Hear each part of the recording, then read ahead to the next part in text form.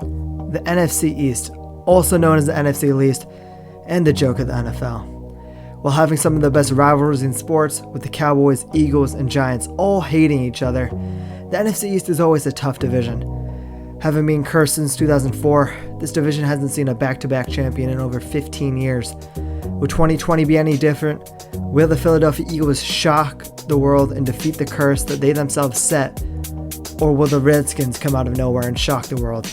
Probably not, because the Redskins kind of suck. But the NFC East will still be competitive this year. I want to do a deep dive into all four teams, and I'll finish off by giving my division predictions for the 2020 NFL season. So let's go in alphabetical order and start with America's most hated team, the Dallas Cowboys.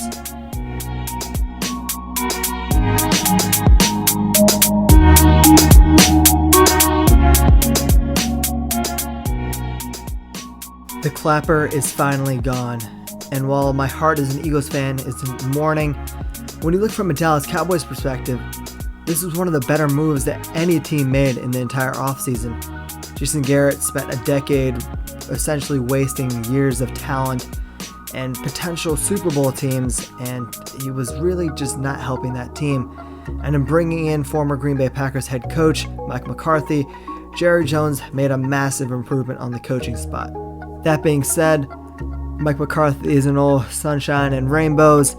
He does have some flaws. When you look at him, actually, he had a tendency to completely abandon the run. In fact, when you looked at his last 3 years in Green Bay from 2016 to 2018, he was so pass heavy. He didn't finish outside the top 7 when it came to passing attempts in the league. And that also meant he finished on the bottom half of the league most of the time when it comes to rushing. They actually finished 32nd in his last year with the team, finishing at 32.46% of the times when it comes to him running the ball. And when you look at 2019, when he was replaced with new Packers head coach Matt LaFleur, they finished around league average 17th with 40% of their passes being rushing attempts, and they ended up making it to a Super Bowl. So that shows you the amount of talent they had on that team, that when they ran the ball, it helped them spectacularly. They went from being a losing team to making it to one game outside of the Super Bowl. And that is worrisome when you have all-world running back Ezekiel Elliott and two-time rushing leader since his last 4 years of entering the league. You want to run the ball. Mike McCarthy has said he wants to run Zeke and feed him as much as possible, so I will give him the benefit of the doubt there, but it is worrying. Cowboys fans, do look out for that. But when you look at a more positive side, is it really a negative thing if a coach doesn't run the ball as much? That means he's passing it more. And when you look at the moves that the Dallas Cowboys made in this offseason, they brought in CeeDee Lamb through the draft from Oklahoma, who was one of the better wide receiver prospects that I've seen in the last 5 years. He really got after the catch, my best wide receiver coming out of this year's class. They also signed Amari Cooper to a 5-year, $100 million deal. But it might be a slight overpay, and I think people who say that have a fair point. $20 million a year for a wide receiver is overpaying, especially for a guy who is really hot and cold like Amari Cooper. But when you also think about it, he was a puzzle piece that helped unlock Dak Prescott and push him to new levels. Michael Gallup also had a breakout year in his sophomore year, having over 1,100 yards in his sophomore year. That is spectacular, and he can really only go up now. They did lose Randall Cobb to the Houston Texans in free agency, but I don't think anyone's complaining when you have CeeDee Lamb starting on that outside spot. They do have some lack of depth actually at the wide receiver position. They have a ton of no-name guys, essentially guys who haven't really achieved much in the NFL. Cedric Wilson is probably their top guy outside of the top 3. And he's really only a backup guy. He's a solid guy. You don't really want to be starting him. Noah Brown is another guy who is sort of noticeable, but again, most of the guys they have starting after the top 3 are not guys you want to be starting. God forbid injury happens, that is definitely going to be a problem for the Dallas Cowboys when it comes to depth. Tavon Austin is still on the market. They might re-sign him, and I think they should with the depth that he provides at wide receiver. He can give you almost an insurance policy because, frankly, you lack that when it comes to the wide receiver position. When you look at some of the bigger losses the Dallas Cowboys had this offseason, they lost long-term center and 5-time Pro Bowler Travis Frederick to retirement. He was dealing with Guillain-Barré syndrome, which was basically some sort of nerve ailment that was causing him to lose feelings in his limbs. That is a good retirement for him. Hope he can get healthy and potentially live a good life. But that does leave a hole at the center spot when it comes to the Dallas Cowboys. They also lost long-time starting corner Byron Jones to free agency. He ended up going to Miami and signing a big money deal. They also lost a long-time defensive tackle Malik Collins. He was really a key piece of that defensive tackle group and a piece that they're going to severely miss. Robert Quinn was another breakout star from last year, totaling 11.5 sacks in 14 games. He ended up signing in free agency as well. Hopefully he can keep that production going down there or up there in Chicago. They lost Randall Cobb, like I said previously, really good slot wide receiver from them last year, but I don't think they're complaining after drafting CeeDee Lamb. They lost longtime backup offensive lineman Xavier Su'a-Filo to the Cincinnati Bengals. That will definitely not help their depth. And they lost Jeff Heath, one of their longtime starting safeties.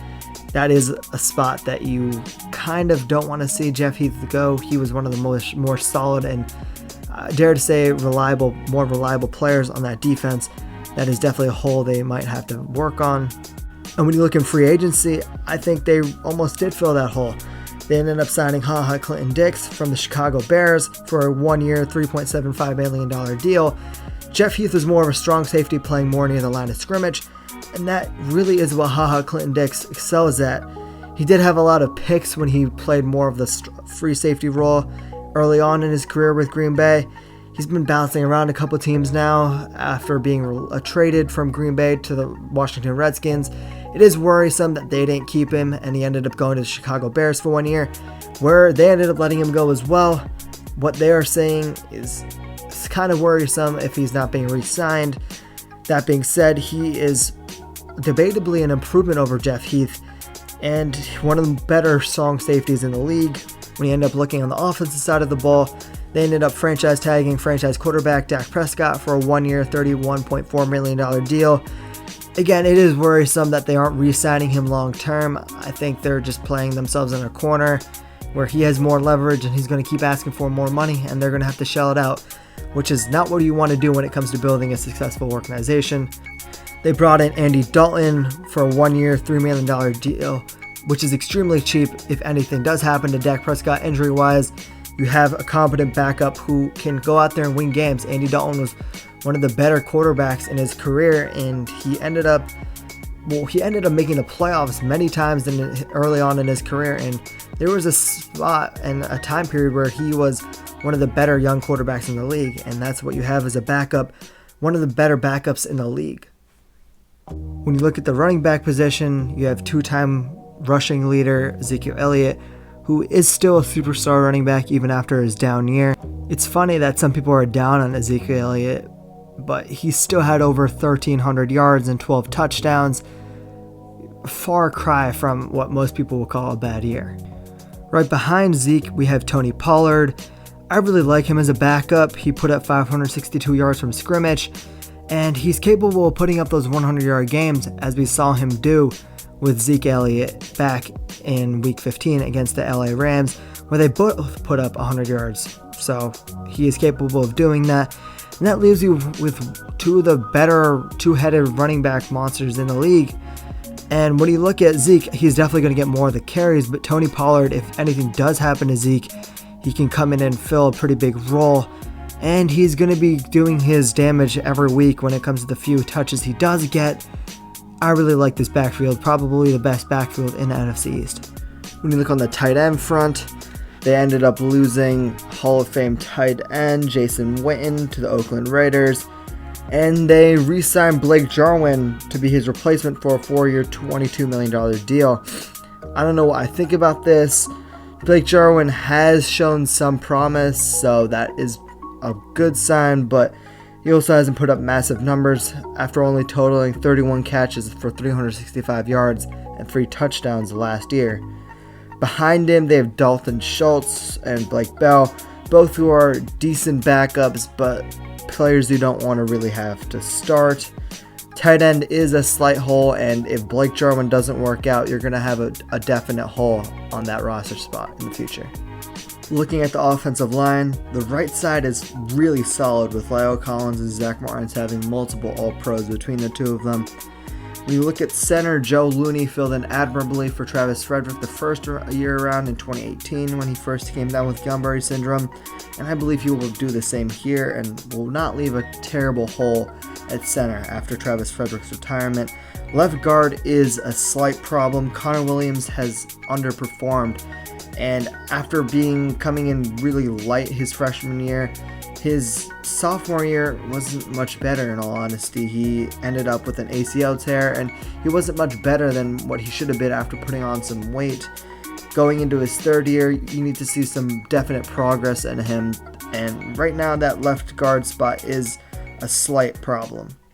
At left tackle, you have All-Pro left tackle Tyron Smith, one of the best tackles in the last 10 years. That is definitely a spot where you are solid, and depth is not really an issue here. They did lose Xavier Su'a-Filo to the Cincinnati Bengals in free agency, but Mitch Hyatt and Connor McGovern are both solid guys that you can rely on, and they drafted Tyler Bides, who will hopefully be the center of the future for them as a developmental prospect in the mid-rounds of the draft. Overall, this offensive line does have some question marks, mainly at left guard, but you have multiple All-Pros and Pro Bowl players at most of the positions, and depth isn't really a major issue here, though it isn't as good as it has been in years past. Defensive line, however, is a huge issue for this team. Demarcus Lawrence is their $100 million man, and you really want to see him increase the sack total after dipping from 10.5 in 2018 to 5 sacks in 2019. He's still an elite player. He got doubled a lot last year, and he's still a great run defender, but you want to see him up those sack totals for someone being paid that much. Outside of him, though, this Dallas Cowboys roster is really dependent on two players, one that hasn't played since 2015 in Aldon Smith, and one that hasn't played in 2018 in Randy Gregory. Both players do have a high upside, but Aldon Smith, again, hasn't played in over 5 years, and both have to be reinstated by the NFL, and if that doesn't happen, the Dallas Cowboys are in even more trouble than they would be with those players on the roster. Outside of those two, they have Tyron Crawford. He's really known for one 6-sack game against Dallas with Atlanta, and honestly, he hasn't done much in his career. They did draft Bradley Anae in this year's draft in the late rounds. He is more of a effort guy, high effort guy, good technique, but he doesn't have that athleticism that you want, and he could potentially develop into a decent pass rusher later on. And Doris Armstrong has done nothing. So really, outside of DeMarcus Lawrence on the end position, you don't have much, and you're too dependent on guys who haven't played in the league in multiple years. Defensive line depth is a huge question mark for me here, especially in the end position. Losing Robert Quinn to the Chicago Bears is really going to hurt them in the future. Looking at the defensive tackle position, they lost Malik Collins to the Raiders, and he was a really good defensive tackle for them, and he really helped anchor that defensive line. They did replace him, though, with Gerald McCoy and Dontari Poe. Dontari Poe is one of the better nose tackles in the last 10 years, and Gerald McCoy is one of the best, probably top 5 defensive tackles in the last decade. Both have dropped off, but both can definitely come in and fill the void left by Malik Collins. They drafted Nelvin Gallimore in the 3rd round. He's a good defensive tackle who can rotate, and I really like him as the 3rd defensive tackle, and I think he can develop into a really good player for this Dallas Cowboys roster. Outside of that, they have Justin Hamilton. He's more of a practice squad guy, and they don't really have anyone else on the roster. So when I look at this defensive line as a whole, they have some good starters, mostly, other than the 2nd defensive end position. But outside of that, this defensive line lacks depth, and if they get unlucky with injuries, which I think they probably will after getting really lucky in the last couple years, that defensive tackle and defensive line group as a whole could be a huge hole for this Dallas Cowboys roster going into 2020. Linebacker was another really extremely disappointing spot from 2018. In 2018, Leighton Vander Esch was a rookie, and he missed around 5% of the tackles that he made. and that tripled in 2019, and he ended up his season and missing 6 games with a neck injury. He declined heavily, and that was a key reason this Dallas Cowboys defense declined from their time in 2018, where they had one of the best linebacking corps in the league. Jalen Smith also had a decline from 2018, according to PFF. He fell from 5th at the linebacker position to 17th. Still really good, but not elite. You're expecting him to have a bounce back year as well. Sean Lee was re-signed to a 1-year, $4.5 million deal. He's still good, and he still played a good amount of percentage of the snaps for the Dallas Cowboys defense. But again, he has declined slightly, and Joe Thomas is a good pass coverage linebacker. But outside of those 4 guys, if injury does happen again, you again have some problems at depth at that position. And after declining from linebacker in 2018 to 2019, depth is a real issue here, and you want to see Leighton Vander Esch have a bounce back year. The defense as a whole, though, remained pretty consistent, as at least numbers-wise, allowing around the same amount of points per game and the same amount of yards per game from 2018 to 2019. But losing key pieces like Byron Jones and Robert Quinn could very much potentially hamper what their defense could do moving into 2020. Looking at defensive back, you have Chidobe Awuzie, who will hope to fill the void left by Byron Jones. He's been a relatively consistent corner for them. Similar to Byron Jones, he doesn't really catch the ball often, ending up with only 3 picks in his first 3 years in the league, but he has improved on the pass defense front, increasing from 7 to 11 and finally 14 pass defenses in his 3rd year in the league. I think he will fill in admirably as a cornerback 1 slot for this Dallas Cowboys defense. I don't think he's by any means a cornerback 1, but I think he will be a solid player, and I don't think he will be extremely exposed by having to face wide receiver 1s on a consistent basis. Jordan Lewis has also been one of the more reliable slot corners in this league. He gets multiple sacks, and they use him on corner blitzes a lot from the slot. And he played 55% of the snaps in his 3rd year in the league. His usage dipped from his rookie year from 71% to 18% in his 2nd year, but that jumped again to 55% in his 3rd year, and I think he will be used heavily in this post-Byron Jones world. They also drafted Trevon Diggs in the 2nd round, the cornerback from Alabama. He will most likely be a day 1 starter starting on the outside of Chidobe Awuzie. He has all the athletic measurables to be a successful corner, but he does have some bad tackling and bad technique, and you will have to work on that with the Dallas Cowboys coaching him. But in general, the Dallas Cowboys have drafted defensive backs pretty well in the last 3-4 years. I don't think Trevon Diggs is going to be one of those guys who misses, and I think they can develop him into a solid starter for that team. They also brought in Daryl Worley from the Oakland Raiders. He might be this hidden gem almost in this free agency class. He's a good cornerback safety hybrid, and he's a solid tackler. And again, many of you might remember his one-handed crazy pick that he had in the end zone with Oakland. He will definitely be a versatile player who will play some snaps for that team. Anthony Brown was another guy who got a long-term extension, getting a 3-year deal. He had a season-ending injury last year, and he's a really good depth guy. I don't think he's an elite player or even extremely good by any means, but he's a good guy you want to have backing up. And they also drafted Reggie Robinson in the 4th round.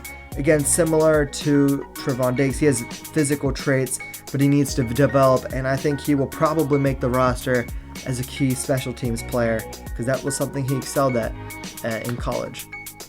Looking at the safety front, they lost Jeff Heath, but HaHa Clinton-Dix is a really good strong safety. He's not the best in coverage, but he's a solid tackler, and it is a bit concerning that he's been let go by 3 consecutive teams, but he is an improvement over Jeff Heath, and I will not say anything otherwise.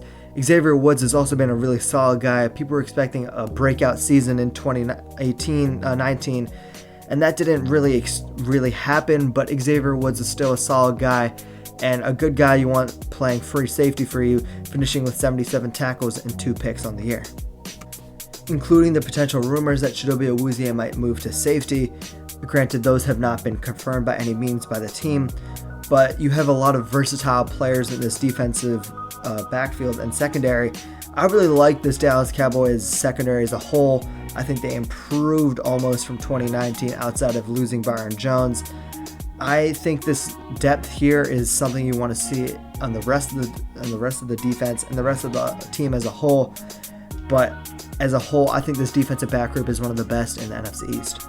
Finishing off with special teams, Chris Jones is one of the best punters in the league. And they got Greg Zuerlein after he got cut by the LA Rams. He's been one of the best kickers in the last 10 years, and they definitely improved here after missing many kicks in 2019. Brett Maher only made 80.6 of his kicks for the Dallas Cowboys in 2018, and in 2019 that dipped to 66.7. It was a good move letting him go, and Kai Forbath filled in admirably for him, but Greg Zuerlein is definitely the better kicker between the two of them. Now, my complete verdict of this team, I really like the starters at multiple spots, but their lack of depth at key positions like wide receiver and defensive line are really big issues for me. If this team gets hit by an injury bug, it could completely tank their season. But looking at just their starters, I think they might have the most talented starters in the NFC East. They do have to get lucky with injuries here, and if they do, they could very well win the NFC East and make a good playoff run, especially if Dak Prescott improves even further than what he did in 2019. The New York Football Giants had one of the best off seasons this year, adding key players like Blake Martinez from the Packers, Kyle Flacco from the Packers, James Bradbury from the Panthers, and drafting hopefully their new star tackle in Andrew Thomas from Georgia. They are almost a completely new team. Not really though, this team still has some pretty massive flaws that they need to work on. Talking about some of the bigger free agency losses they had, Eli Manning ended up retiring, and even though he didn't play much of 2019, he was still a pretty competent backup and almost won a game that he actually came in for when Danny Dimes was hurt. That officially ends the Eli Manning era with the New York Giants and starts the new beginning of a new era with Daniel Jones, aka Danny Dimes. I will now be referring to him as Danny Dimes for the rest of this episode. One key thing about this offseason is the Giants didn't really have many notable superstar players like the Dallas Cowboys had, or even the Philadelphia Eagles. They only really lost some guys who almost underperformed. Alex Ogletree was not really a good pick for them after they traded for the LA Rams, and Mike Remmers was serviceable, but he wasn't an elite player by any means when he signed with the Denver Broncos for 1 year, a $2.5 million deal.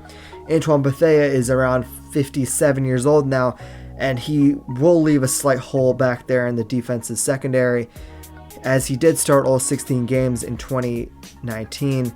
But I think they did a pretty good job in the draft finding a hopeful good replacement for him. Some of the better moves they made this offseason were re-signing Leonard Williams to a franchise tag, at least $16.1 million for this 1 year, in a rare New York trade where they got him from the New York Jets. He hasn't been consistent, but he has some pretty good upside, and I think he definitely improves that defensive line for the New York Giants. They've signed Blake Martinez from the Packers to help fix that linebacking position that hasn't really had a star linebacker in years. They signed him for a 3-year, $30 million deal. Blake Martinez has had 140 tackles in the last 3 years, and he can bring some hopeful consistency to a position that has really underperformed in the New York Giants linebacking core. He does have some problems in pass coverage, and that is definitely worth noting. They also brought in Kyle Fackrell from the Green Bay Packers as well. He's another serviceable linebacker who will be an instant improvement for whatever they had starting there.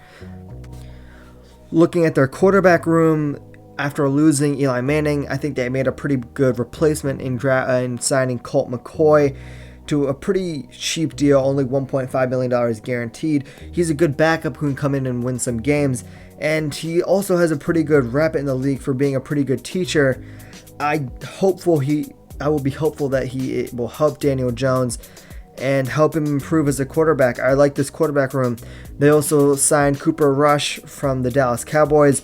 He had some upside in some preseason games, and some people thought he might actually be a Dak Prescott replacement if a deal didn't work out for them there. I don't think Cooper Rush is a Dak Prescott replacement, but I think he's a good developmental quarterback who you might eventually be able to flip for some picks later on. Looking at running back, I am really disappointed that they didn't make a move, at least in the draft, to draft a backup here. Saquon Barkley is an elite superstar and the best running back in this division by a mile, but Dion Lewis does not really give you a solid backup behind him. Dion Lewis is a good pass catcher, but he isn't really anything much, and he's nearing 30 years old now. He hasn't really improved much, and he's declined from his Patriot days. Wayne Gallman is not someone you want to have starting if, God forbid, something does happen to Saquon Barkley. You don't want Wayne Gallman starting, and Jonathan Hillman is just playing out bad. This lack of depth at running back is a big issue after Saquon Barkley missed a couple games with a high ankle sprain. That depth could come in question again if something does happen to him. Probably one of the worst moves I saw them make was not signing a backup here to help replace Saquon Barkley. Now looking at wide receiver, they have a ton of wide receiver 2s here. Golden Tate has really declined, but he's still a good rack guy. He's not a true wide receiver 1, and he's more of a pretty good solid slot wide receiver. But Golden Tate can be a slight reliable guy if you need one. Sterling Shepard only played 10 games last year, and he's more of a solid wide receiver 2, wide receiver 3. Darius Slayton came out of nowhere in his rookie year, and he has some pretty high upside. He might be a low-end wide receiver 1 for this team, and I really like him. But as of now, he plays more like a wide receiver 2, and you're really stuck with a ton of wide receiver 2s. If you're looking at the wide receiver depth here, Corey Coleman has done jack his entire career, and he's been a huge bust after being drafted pretty high in the NFL draft. And Cody Core is really just bad. I don't know why they re-signed him. Hopefully they see something in him, but honestly, I don't. And really, when you look at the verdict for this wide receiver room, it's a ton of wide receiver 2s, with Slayton having some decent wide receiver 1 upside. Honestly, you need to draft a wide receiver here, and look for them to draft a wide receiver pretty early in the 2021 NFL draft. The depth here is also pretty bad. If something does happen injury-wise, you could be in a huge hole. And honestly, that is not a position you want to put your young quarterback in Danny Dimes. Looking at tight end, Evan Ingram is the face of potential, but he has been getting consistently hurt in the last 2 years. And after a pretty hopeful rookie campaign, those injuries have really stifled his production. And honestly, 2019 was his worst year as a professional to date, seeing his yardage drop and his catch rate drop as well from 2018.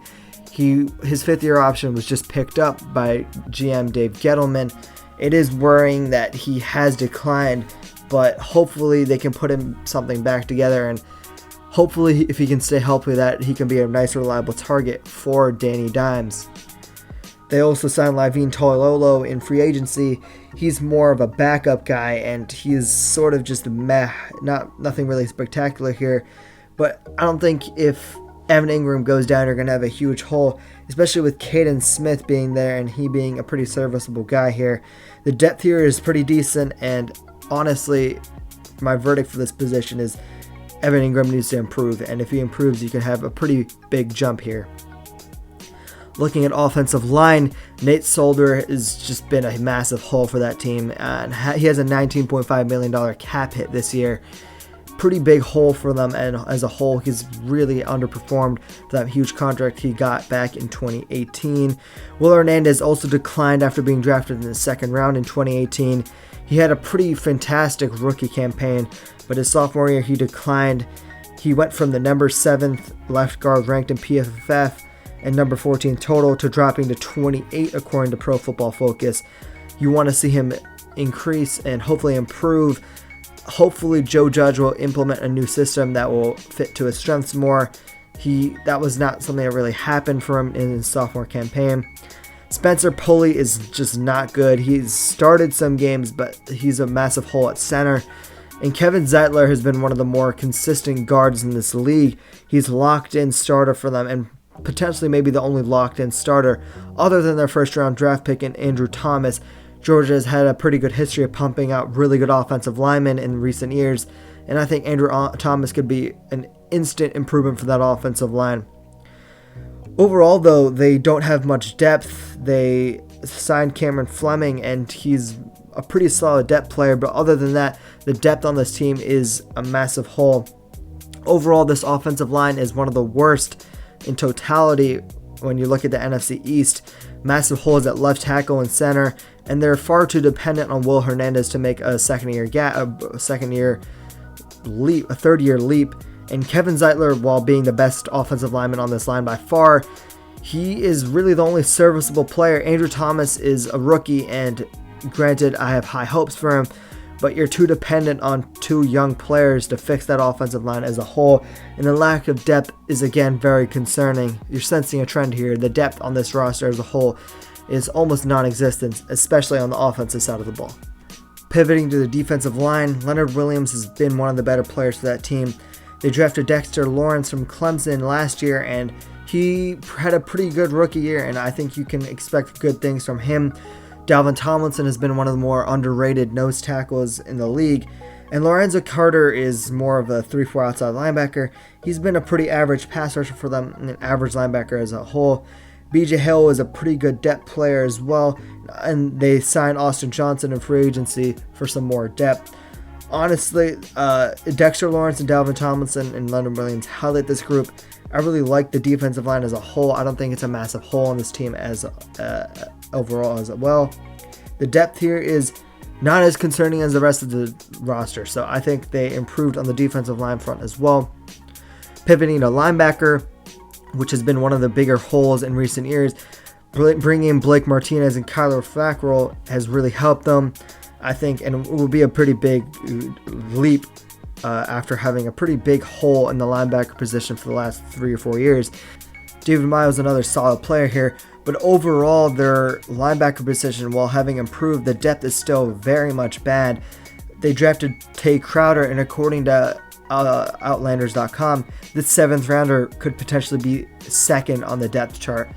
Granted, that could be good drafting, but I see it more as not having good depth overall at that position. You don't want to have multiple 7th rounders potentially being the next man up on the defensive depth chart.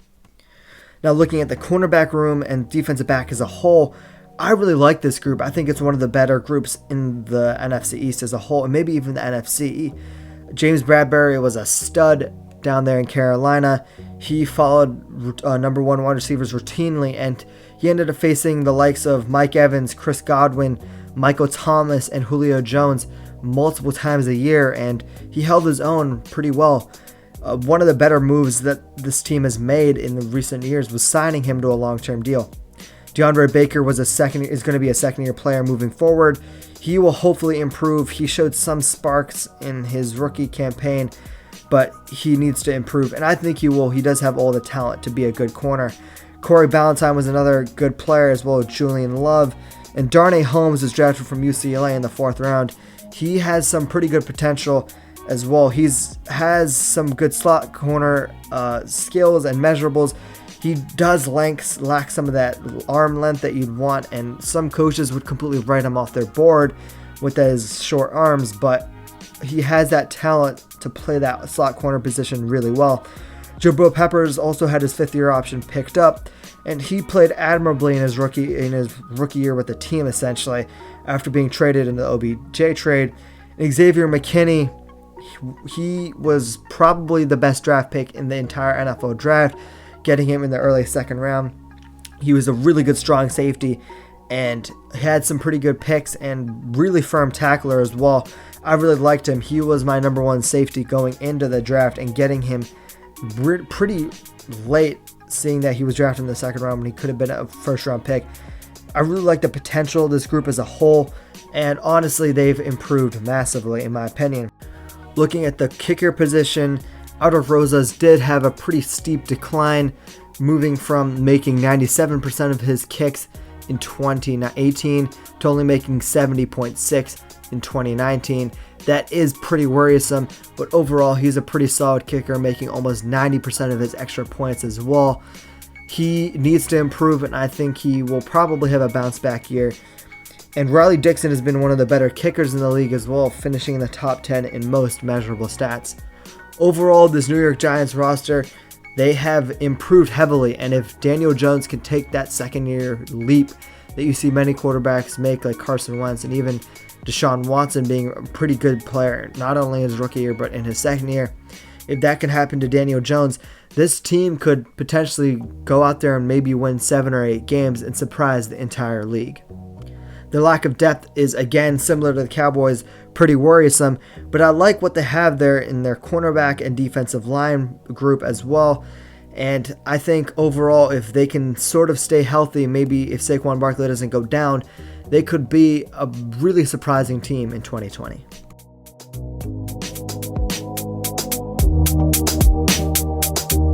Now looking at the Bleeding Green Nation, aka the Philadelphia Eagles, starting at the quarterback room, Carson Wentz is the best quarterback in the division, and what he did with no wide receivers last year was extremely impressive, and hopefully with actual wide receivers and with the moves Howie Roseman has made, that can be a pretty big leap forward.